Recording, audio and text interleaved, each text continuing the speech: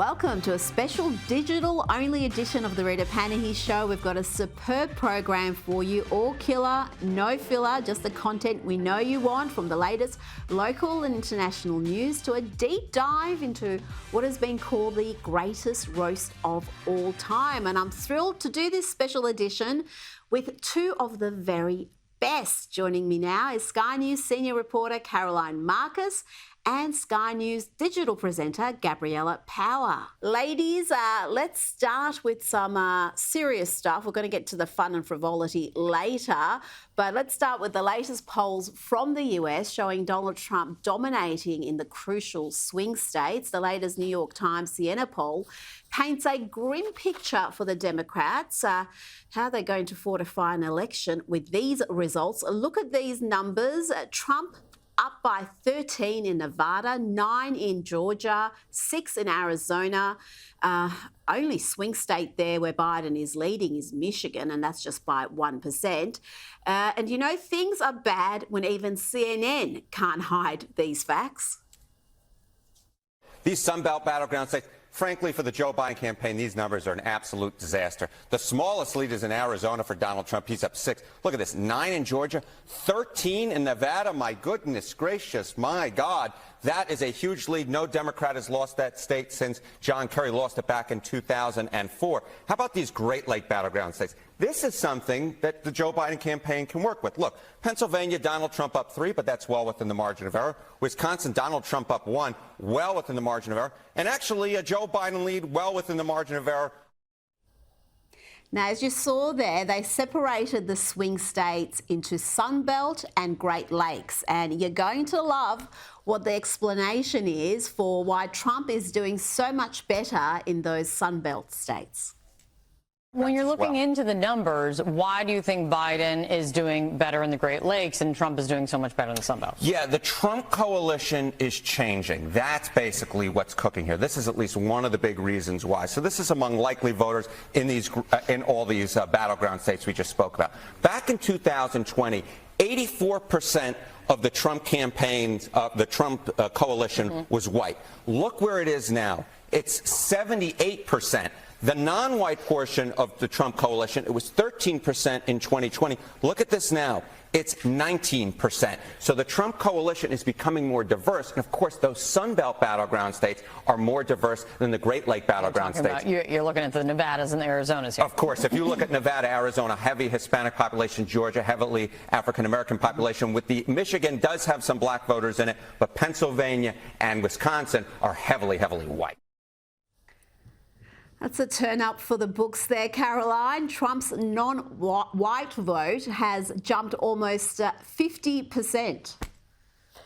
It is remarkable, Rita, but maybe, just maybe, the rhetoric out of the Biden camp and all of Trump's critics over the years that he's a racist, a bigot, a xenophobe, isn't really washing with voters anymore. It's clear, according to this polling at least, that his non-white vote among blacks and Hispanics has gone up in these battleground seats. I mean, as the poll shows quite clearly, 5 out of 6 battleground seats there he is well ahead of. So it's not looking good for the Biden camp at all. The New York Times, which was one of the organizations that ran this poll, their analysis is that non-white voters and young voters are falling out of love with Biden over both the economy and his stance in Gaza. So they're losing those that key demographic, and it's just pointing more and more to a Trump win.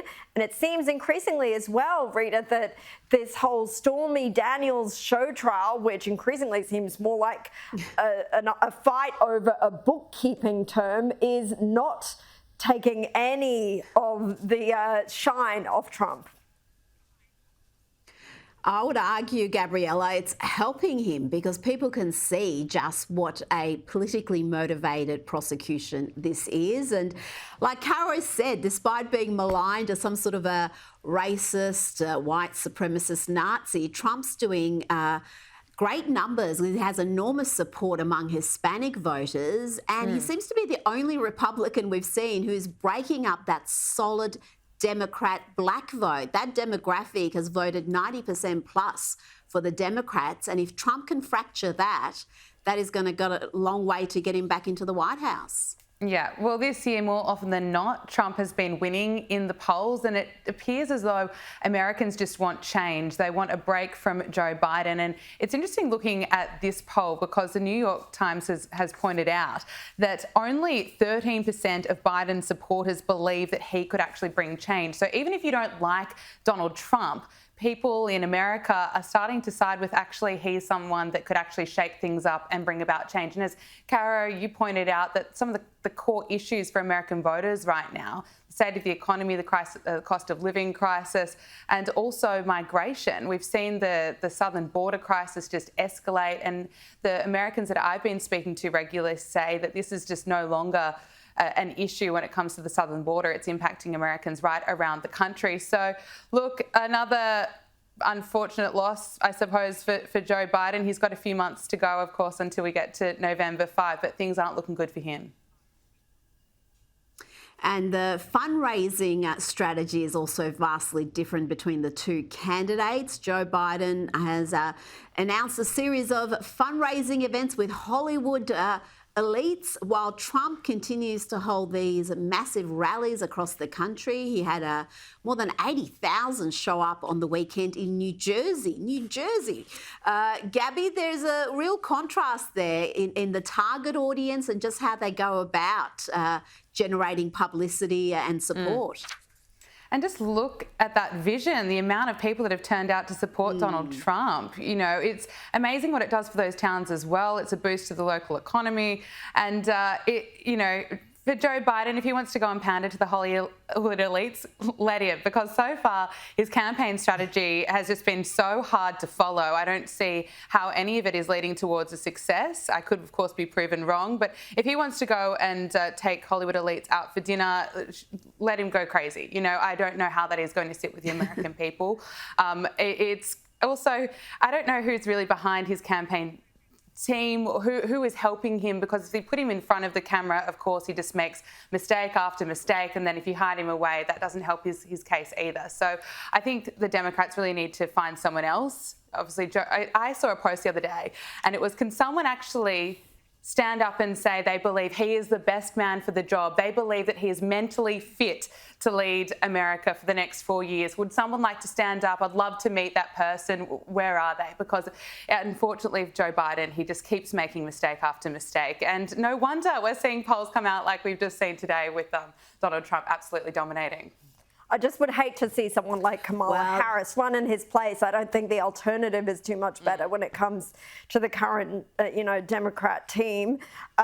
Look, it didn't work before, having celebrities come out against Trump when he first ran in 2016. He's always been about draining the swamp. So any attempt to win over the elites just further feeds into what he says and it is his platform. It doesn't do the Biden campaign any favours.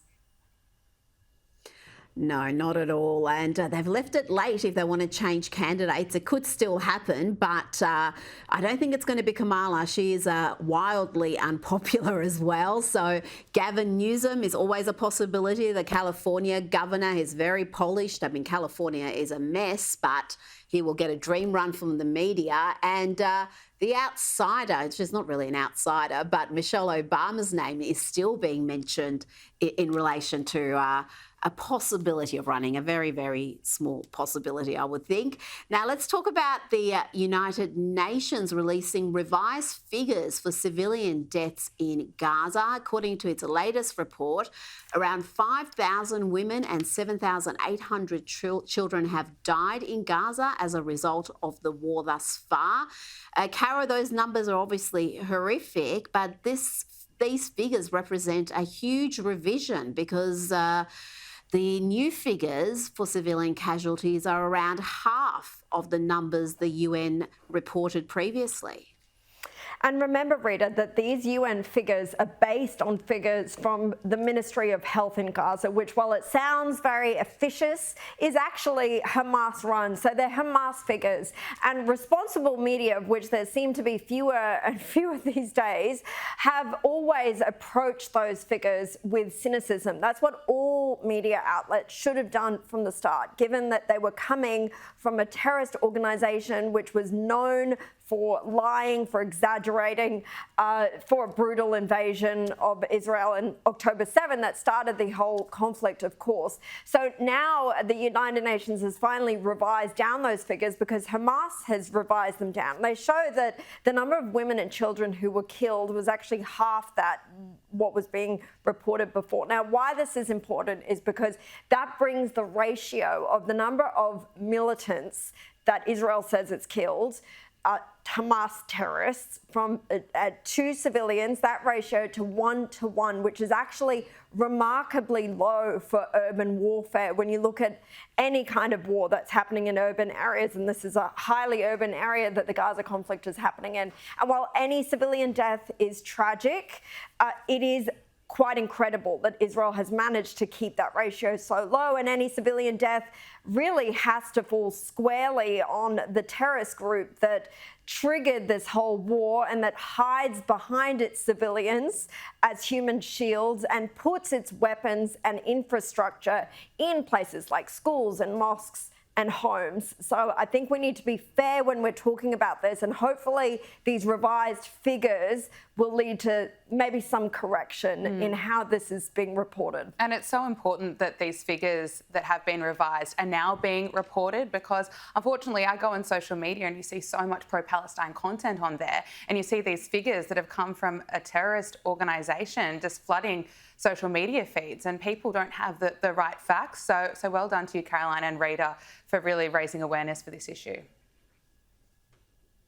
Now let's go to the latest from our university campuses. We've got over 100 pro-Palestinian protesters disrupting an on-campus event at Monash University here in Melbourne. That was an event to commemorate Israeli terror victims. So it's almost like nothing is sacred for these protesters. They cannot just let that go without disrupting it.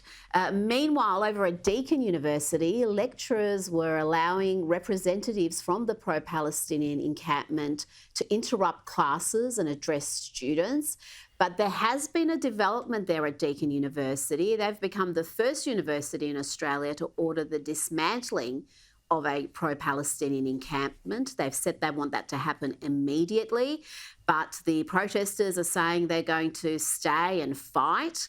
Gabby, this has got the potential to get even uglier. Yeah, and I can't even imagine what that would look like, because it has become so ugly. And we're seeing this play out here in Australia and right around the world. What is happening at college campuses, there is so much anti-Semitism. We are seeing, in America, for example, the American flags have been burnt. We're seeing people take part in these protests that are even being paid to be there, reportedly. And it's quite scary, of course, for students who are just there to live their lives, to study. People have worked so hard to get a place at these universities, and this is what they're being subjected to almost every day. It appears that there are protests that are spiralling out and out of control. So look, I think it's great that the Deakin University is trying to take some leadership, trying to take some sense of control, because what is happening at these universities, it's getting out of control and it is getting really ugly. Caro, former Treasurer Josh Frydenberg has called for all Australian universities to follow Deakin's lead and pull down these pro-Palestinian encampments. But is that breaching the free speech of those students? Should they be entitled to hold these protests and have encampments on campus? you know, Rita, that is exactly the argument these students would make, which is so ironic because these are the same types of people who have been saying for years that words are violence and that there are too many microaggressions, and yet here they are on campuses making Jewish students and others feel harassed, isolating them, not letting them attend their classes, literally chanting for genocide, which the Prime Minister has now announced in an upcoming documentary to air on Sky News and online, that from the river to the sea, that chant that we hear at every pro-Palestinian protest and frequently at these encampments, that is a very violent call and that it has no place in Australia. So if these encampments insist, the students at these encampments and blow-ins, because there are many activists who don't even attend those universities who are a big part of those encampments.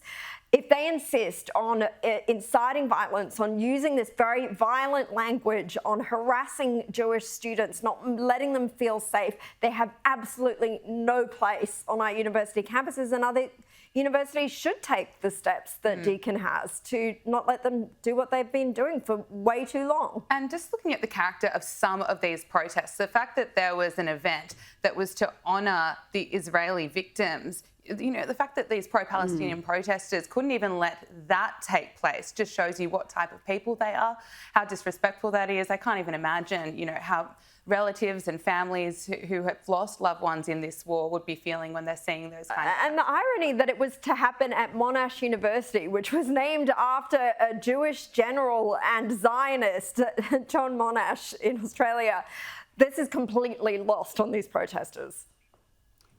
Well, earlier this year, we had the shameful scenes here in Melbourne where we had family members of people who had lost relatives on October 7, who had hostages who were in Gaza and they didn't know what their plight was. And they were in Melbourne to speak to members of the Jewish community, to tell their stories. And these protesters blockaded their hotel room. They're these traumatised victims whose family members had either perished or been kidnapped.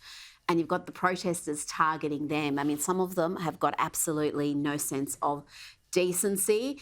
Now, let's go to something entirely different. A worrying development on this story about a teacher who went viral for the right reasons, a video of him gently questioning a student who claimed J.K. Rowling, the Harry Potter author, was a transphobe and a bigot. And just the way he asked these very gentle questions and encouraged critical thinking in the student was admired widely. I'll just play you a little clip. What are your thoughts on it? Like, do you still like her work despite her bigoted opinions? So let's get specific though. Let's define bigoted opinions. What opinions are bigoted? We're going to treat this as a thought experiment. I'm not going to say what's right or wrong or what way to think. The whole point is to learn how to think, not what to think. Yeah. So when you say bigot, you're starting with the conclusion that given her bigoted opinions. Yeah. So first let's start with, does she have bigoted opinions? So when you say bigoted opinions. She has had a history of being extremely transphobic, I've heard. You've heard. So what? Can you give me an example? Guess what? The student couldn't come up with any examples, and through a process of engaging in investigation and critical thinking, the student on his own came to a very different conclusion. That is exactly what she's saying. Is that transphobic to you?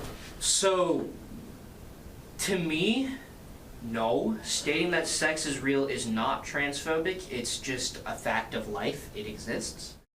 Based on that clip alone, any school would be lucky to have that teacher. Like I said earlier, the questioning was gentle, rational. It encouraged the student to think critically. And that clip was shared by everyone from J.K. Rowling to Elon Musk. It had more than 50 million views on X alone. But now that teacher, Warren Smith, has been sacked. He posted this earlier today. So it happened yesterday. I was fired from my full-time teaching position. I understand that had Elon Musk not tweeted that video, this would have happened probably with the last 4 months ago when this initially happened. Caro, do we know why he's been sacked? He doesn't seem to know himself, and he seems to think that if this video of him didn't go viral and he didn't have such influential people sharing it, he would have been sacked even earlier. Well, he does say that. He mentions that Elon Musk had retweeted that video. Elon Musk, of course, who owns the platform X, as possibly having stopped him from being sacked earlier, but it's still not clear why exactly he has. He doesn't know. He's very careful in his video not to identify the school. He doesn't want to bring any problems on the school, which I think was a very dignified response, but he is puzzled himself after 4 years of teaching at that place why he was let go, because as far as I can see in the video, there's nothing offensive in what he said. In fact, I would welcome him to any school here in Australia. I think we need more of those kinds of teachers helping our children and university students really develop their critical thinking skills, which seem to be so lacking these days. That's all he did in that video. He didn't come to his own judgments. He said right at the start, I'm not talking about anything being right or wrong. I just want to help you critically assess information.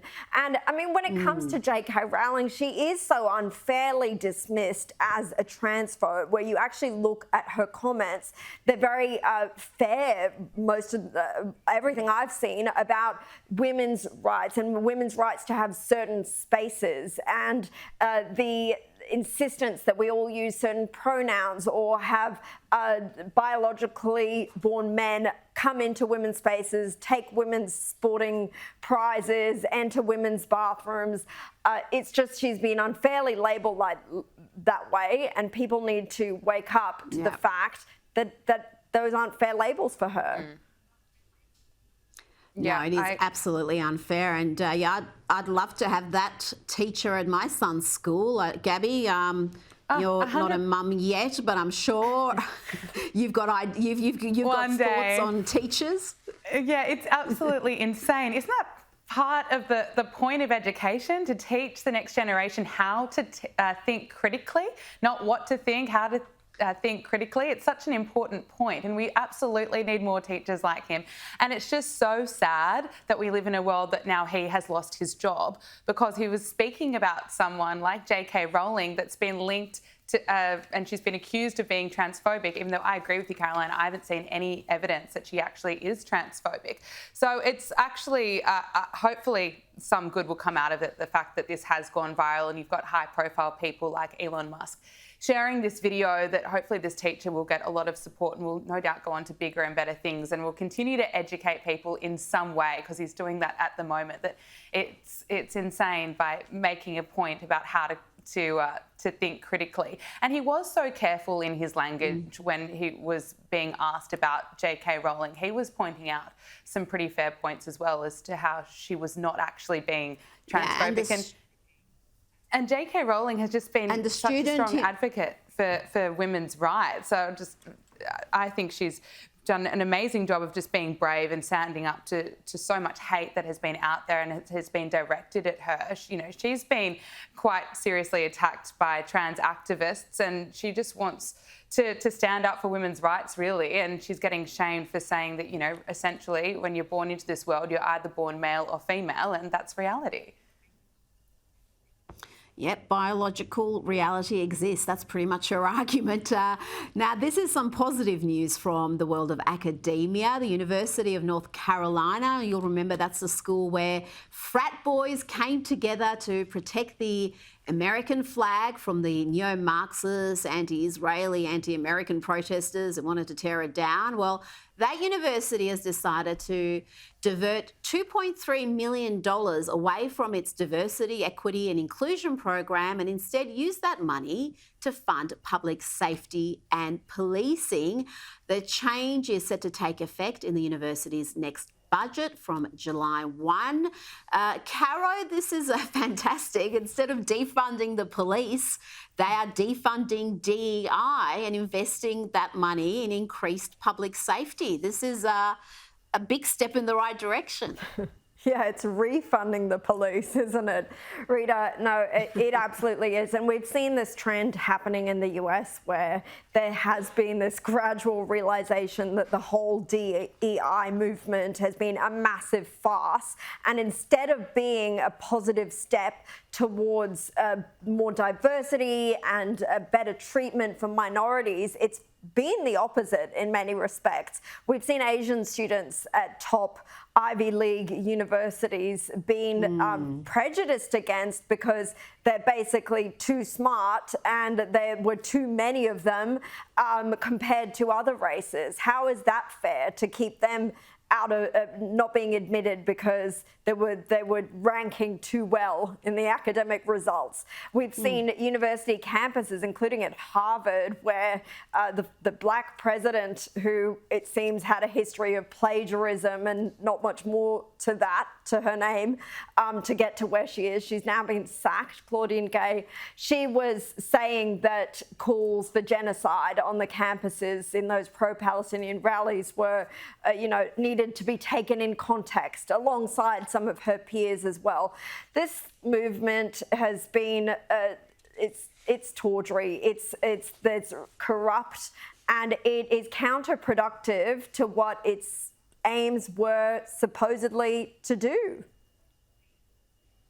Oh, absolutely. The DEI, critical race theory, or that entire dogma is just so dangerous and backward, and the faster we walk away from it, the better.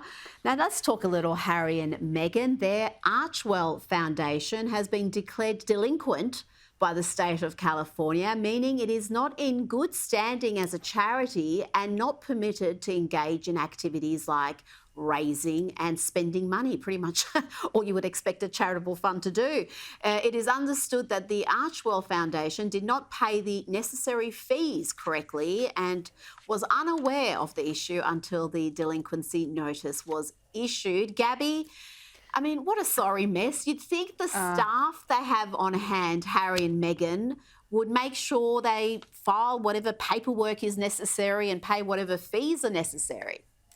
Yeah, can you believe it? If they hadn't made enough money from their Netflix deal where they're constantly rubbishing the royal family, you think that they could afford to pay their bills to keep this going. But, it's a really terrible look for Harry and Meghan. Not that their PR was in a good place to begin with, but it just goes to show where their priorities are. We know that Meghan is right now focusing on launching her new lifestyle brand, and she's getting that up and running and sending gifts to her celebrity friends in California. And it shows that that's where their focus is right now. Their focus isn't on their charity organisation. If otherwise they should be all over this. There shouldn't be a problem if that's something that they really cared about. They've also been criticised recently for their trip to Nigeria and the fact that the Nigerian government has been paying for their security during that trip, and that Harry and Meghan have been pretending that it was a bit of a royal tour, although they don't want to be royal. So to see this news today, it comes as no surprise because chaos just surrounds Harry and Meghan.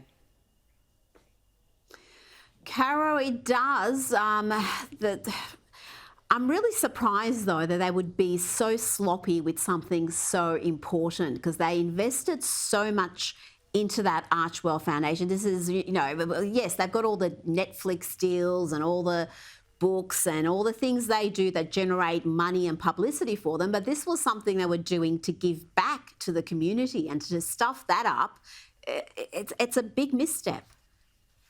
It is, but I'm not surprised given their track record now. I mean, it came out recently that their deal with Spotify was essentially torn up because they weren't producing the amount of content that they had promised to give the platform, and essentially they were lazy when they did do it. So it doesn't surprise me. I'm sure the royal family is yet again thrilled that they're well rid of these two, because if they cannot even fulfill their duties for charity, I mean, that is pretty low. And look, their excuse is that they thought, well, the Archwell Foundation's excuse is that they thought that they had filed the correct paperwork on time and they weren't aware that this had happened, that a check that they had sent hadn't been received. But it's just, those excuses just seem to be wearing a little bit thin now, and it's just sad. They've named the foundation after their son, Archie. It all stinks, really, Rita.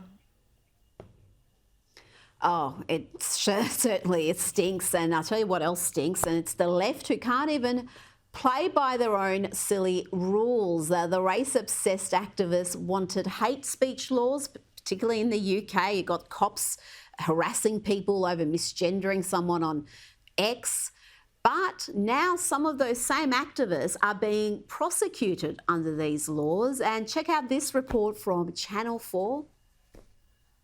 Last year, teacher Mariha Hussein lost her job after she was pictured holding a placard depicting Rishi Sunak and Suella Braverman at the bottom of a coconut tree. She is now the subject of a police investigation into whether she committed a hate crime. Do you now accept that some people today would find the placard to be offensive? I think that although some language and statements may be pejorative, it doesn't make it racist. Coconuts. Brown on the outside, white supremacist values on the inside. But Rishi Sunak and Suella Braverman would be offended by that. They would say that they are not white supremacists and they do not share any values whatsoever with those kinds of people. There are some experts who might say they find the placard to be, racially inappropriate, even racist. Some of the things that Suella Braverman at the time, the Home Secretary at the time, was saying was so inflammatory, and it was racist. I remember so clearly was when she said that grooming gangs were predominantly Pakistani men, being of Pakistani origin. I'm sorry, but you don't get to be racist to Suella Braverman because she spoke a truth you don't like. Cara, it's amazing to see the left outraged that the hate crime laws they champion could be used against them. And let's not mince words here. In recent months, most of the hate speech in the UK has been directed in one direction, and that's at the Jewish community. That's right. I mean, look, I find it delicious when these so-called anti-racists get exposed for being the biggest racists of all, which most of us with common sense realise is the case. These are people who want to use and amplify hate speech laws to target speech that they don't like, but speech that is genuinely hateful. And there were some examples there in that clip calling people of colour, like the former Home Secretary and the British Prime Minister, coconuts, because she doesn't agree with their stance. Obviously a racist term, which she's in denial over now because she just didn't like what they said. They want to be able to get away with any of that because it suits their political views. It's time that these people woke up to the fact that they're not these anti-racist crusaders that they think that they are, and that the very laws that they think will silence other people who don't share their views may be used against them. And this clip, this report, I should say, really shows just how useless these hate speech laws are. Of course, Scotland's outgoing First Minister, Humza Yousaf, will be remembered for bringing them in to Scotland. And ironically, when he brought them in, he was then subjected or reported to the police for them. So it just shows that it's wasting all these police resources. I know we spoke about J.K. Rowling before, but she, of course, has been advocating against them and been calling out how useless they really are and the fact that they don't protect women either. So, of course, we're just seeing the left fight over each other on this one. But I think this is the way you have to tackle it because you need to hold them to account and use their own hate speech laws to do it. Otherwise, it's just a weapon to attack Conservatives with. When it actually comes back at them, they perhaps may rethink the merits of having such laws in place. Now, let's talk about Singapore Prime Minister Lee Hsien Loong, who's slammed the woke madness that's overtaken much of the West and its institutions. Have a listen to this 60 seconds of wisdom. In the West, they got a movement called wokeness, where you are super sensitive about other people's issues and you become hypersensitive when other people somehow or other say things or mention things or refer to you without the respect which you or your super subgroup feel you are entitled to. It leads to very extreme attitudes and social norms, particularly in some academic institutions, universities. You talk about safe spaces, you talk about appropriate pronouns, you talk about... I'm about to say something which may be offensive to you. If you don't want to hear it, perhaps you'd like to leave now. And life becomes very burdensome. And I don't think we want to go in that direction. It does not make us a more resilient, cohesive society with a strong sense of solidarity. We must be more robust. Hallelujah. Gabby, can we elect him Prime Minister here, please? Please. Please Section 44 of the Constitution. But he speaks so much sense. But he's completely right. You know, even just on this show, what we've discussed already, look at what's happening in Scotland, in the UK, where they're all going crazy over these hate speech laws. We're seeing this teacher that has been sacked for promoting critical thinking. Like, that is when the woke just gets absolutely too crazy. And he's completely right. Look at us as a society. We're so much stronger when we're in solidarity with one another. Yeah, I mean, I was going to say, Cameron, Rita... what I liked, what he said was about resilience. Sorry to interrupt you there, but what he talked about, all these sort of ideologies are not bringing us together. They're just making us more fragile and fractured, and there's no resilience with so many youngsters these days. I mean, it's so true, and I just wish we had that type of common sense here. It makes me miss Singapore even more. It's my homeland, but it's also part of the reason, which I've spoken about before, this rejection over there of wokeism, of political correctness, and of refusal to pander to cultural Marxists is part of the reason why Singapore consistently ranks among the top countries in education, if not at the very top. Meanwhile, in Australia, where teachers are encouraging students to go and march for climate change and for pro-Palestine, our students are ranking below that, academic superpower Kazakhstan in our school rankings. And this is why, because they actually focus on what's important for young people, and that's getting a good education, family values, not allowing these types of trivial things to divide us as a society. And that's why it works, and it's been such a successful society.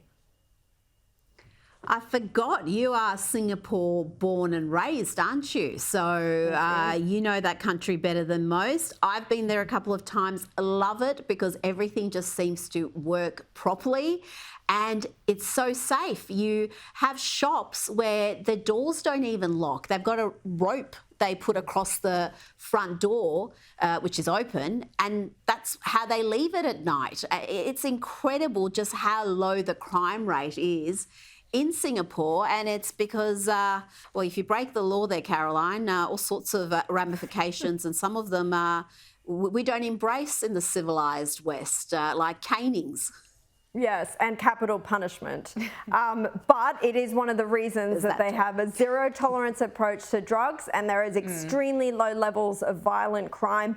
And I think our justice system could learn a thing or two from Singapore. Yeah, and I think listening to the Singapore Prime Minister there is so much that we could learn, because the sad thing is that the people on the far left don't seem to understand is that everyone, it really wants the same thing. We all want to be treated equally, but people on the far left just can't handle conservative voices. They're promoting cancel culture, and they get caught up in things that really don't matter. So look, I think the Singapore Prime Minister spoke very well just then. Would love to have him as our Prime Minister here in Australia. He may not be used to having, in fairness, he may not be used to having people like ourselves criticise the government. That's not tolerated so well in Singapore, but many other aspects of life are superior.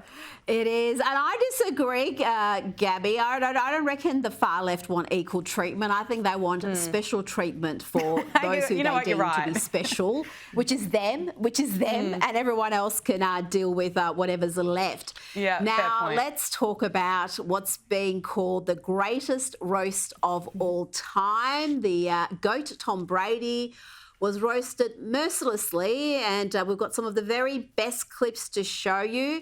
It was a star-studded affair, but before we dive into the content, Caro, there has been all sorts of controversy in the aftermath with people attacking Brady, saying he was a jerk for doing this, for subjecting his former wife, Giselle, the supermodel, and others to the cruel jokes that were going to come when you sign up to do a Netflix special like this. We know what happens with roasts. What do you think? Is it fair enough? You're a big celebrity like Tom Brady. Is this just come with the territory and we shouldn't be surprised that he signed this deal? Well, look, when I was watching it, and I did see some of it, my husband's a footy fan, and that extends to the Super Bowl. I did think to myself, look, he's signed up to be roasted, but have all the women in his life, like Giselle, signed up for that? Has Bridget Monahan, who was his ex-girlfriend, the Sex and the City star, who was pregnant at the time he supposedly broke up with her, did she sign up for that? But on the other hand, when you date a high-profile celebrity and these women are celebrities themselves, it does come with a territory. So I can't cry too many tears for them over that. It was just a thought that I had. It was really funny as a roast is. He's not hard to look at for, the hour or so that it went for. We'll get to that, Caro. We will get to that. It went for hours. This thing was incredible. But let's start with a couple of the low points. There weren't too many low points, but one of the definitely uncomfortable moments was when Kim Kardashian took to the stage. The crowd weren't happy. Thank you so much, Kevin. Well, thank you. I know a lot of people make fun of your height. Oh, other panelists complained later that they didn't know she was coming, so they couldn't write jokes about her. Though a few of them did ad-lib a couple of cruel jokes. She was sitting in the audience before she came on stage. She wasn't one of the main roasters. The other low point, if you ask me, was courtesy of another A-lister, Ben Affleck. He should never be allowed to participate in a roast ever again. You guys out there talking all right, behind your keyboard, that doesn't make you a fan. That makes you a Gabby, that was just, I don't know, lame and weirdly angry. Wasn't funny. Yeah, it wasn't funny. I need to go back and watch the entire clip. I think I'm the only person really in the world that hasn't seen the whole hour of this roasting, but that wasn't funny. It's like 3 hours. Yeah, 3 hours, sorry. Okay, this weekend I'll do it. No, this will be the better part. We can just go back and watch us dissect it all. But I agree with Caro when you were saying it comes with the territory. If you're dating someone like Tom Brady, that you're probably going to be in the headlines. There might be jokes that come out. And, for comedians right now, and comedy is in a bit of a dangerous place where with cancel culture, you're not allowed to make jokes about X, Y, and Z. So, look, if they're pushing the boundaries, even if it's... Well, you can in a roast. You can in a roast. This is what's great about a roast. Yeah, and it's not always going to be tasteful, but at least you can say it. Yeah, absolutely. Oh, yeah. Well, there was one thing they didn't like. They didn't want the craft jokes, but that's an argument from another day. Now, let's get to the quality, the champagne comedy. Here's Tony Hinchcliffe. Tom is afraid of the Giants, which is why Kevin Hart is hosting tonight. All night, he's been using the stool that Aaron Hernandez kicked out from under himself. Kevin is so small that when his ancestors picked cotton, they called it deadlifting. Slavery jokes. So you can see they're not worried about PC sensibilities there at all. And one of my fave comics of the moment is Andrew Schultz, and he brought the P. Diddy jokes. Bill has secretly filmed more guys playing for the other team than Diddy.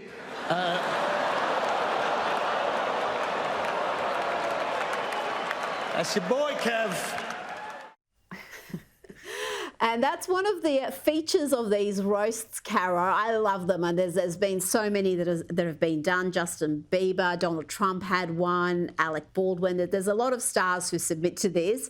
And it's not just the target, the main star who's roasted, but all the other panelists, all the other roasters also cop a serve. Tom said that the reason he loves football is because it allows him to be his most true, authentic version of himself, hiding behind a mask, throwing things at black people. I'm kidding. He never threw to the black guys. And you know it's a big event when Dana White, who runs the UFC, owns the UFC, he's not even allowed on stage, just sitting in the crowd, and he's only given 60 seconds of airtime. I flew all the way out here, and you guys give me 60 seconds? My name is Dana. Is that not trans enough for you liberal? So brilliant. There were a lot of comics on the stage, and they were all pretty good. I've got to say, the professional comics were all delivering, but one stood out above all others, and she's coming up soon. But first, let's hear from Kevin Hart, who went there when it came to Tom's marriage breakdown. That's what she said to you, Tom. You retire or we're done. And let me tell you something. When you got a chance to go 8 and 9 and all it will cost you is your wife and your kids, you got to do what you got to do. Well, yes, Gabby, it's true. He pretty much chose football over the Giselle and the kids. Yeah. But you know what? You're not going to leave. Go on. Oh, I was going to say, no, brilliant, but I still think my favourite's Dana.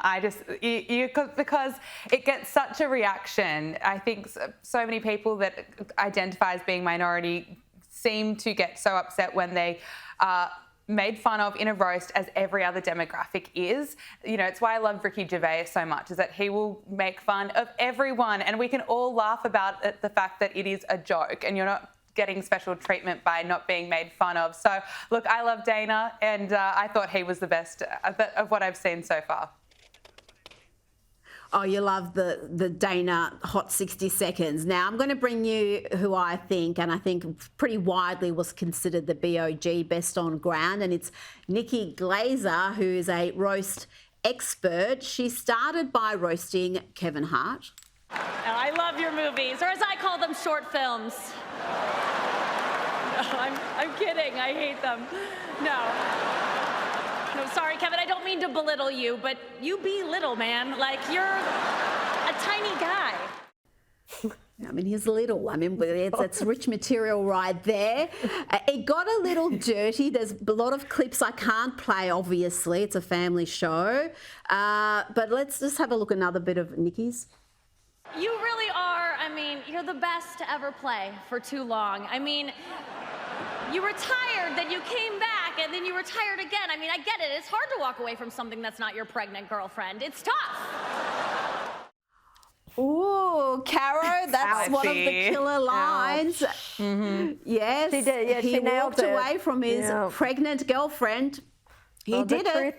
The truth hurts. I mean, look, if I have to play the fair card, I know the reports out of his camp that he didn't know she was pregnant at the time, but as the accounts go, she was apparently Bridget Monahan. That is, she was 3 months pregnant when they broke up their 3-year relationship, and he quickly got together with the supermodel Giselle. So obviously that becomes fair game in a roast, and I think you're right. I think she was the best on ground, and very funny jokes. Well, even if you don't fully know a lot about Tom Brady, it was still well worth watching. Oh, absolutely. Well, here Nikki gives a bit of an explanation of perhaps why he left his pregnant girlfriend. To be fair, he didn't know she was pregnant. He just thought she was getting fat. And Tom hates fat. I mean, do you guys know about his diet program? It is so strict, but if you follow it exactly as he does, you too can lose your family. And she also mocked his massive business blunder. Tom also lost $30 million in crypto. Tom, how did you fall for that? I mean, even Gronk was like, me know that not real money. Like...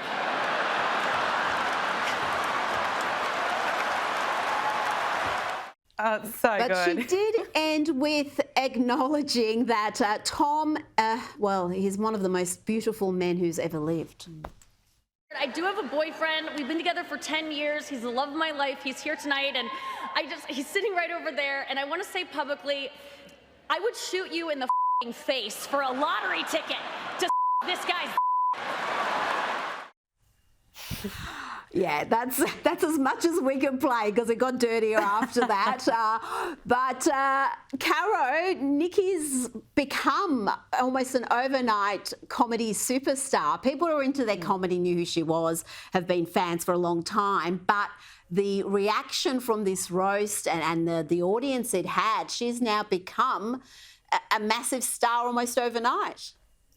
Look, it is great to see a woman succeeding like this in a male-dominated space. Isn't that what feminists are fighting for all the time, Rita? Maybe they didn't expect it to happen like this, but in this instance, it's great because she's not being celebrated because she's a woman or was the only woman roaster. She's being celebrated because she was genuinely the funniest person there, and that's what, you know, go girl. Yeah, and she's saying what a lot of women are thinking. I think her jokes were great, and look, she's not wrong. How gorgeous is Tom Brady? He is gorgeous. There wasn't at least another woman there who, she was also very funny. I should have played her. She's a black lesbian, and there was a joke made about her that she was included because Netflix needed all the diversity boxes ticked. So there's just so much. You know what? Just sit down and watch the whole thing. It's a good time. But if you're sensitive, then perhaps, yeah, it's not for you. Ladies, it has been an absolute pleasure. Gabriella Power, Caroline Marcus. Let's do this again one day soon. Absolutely. Thanks so much, Rita.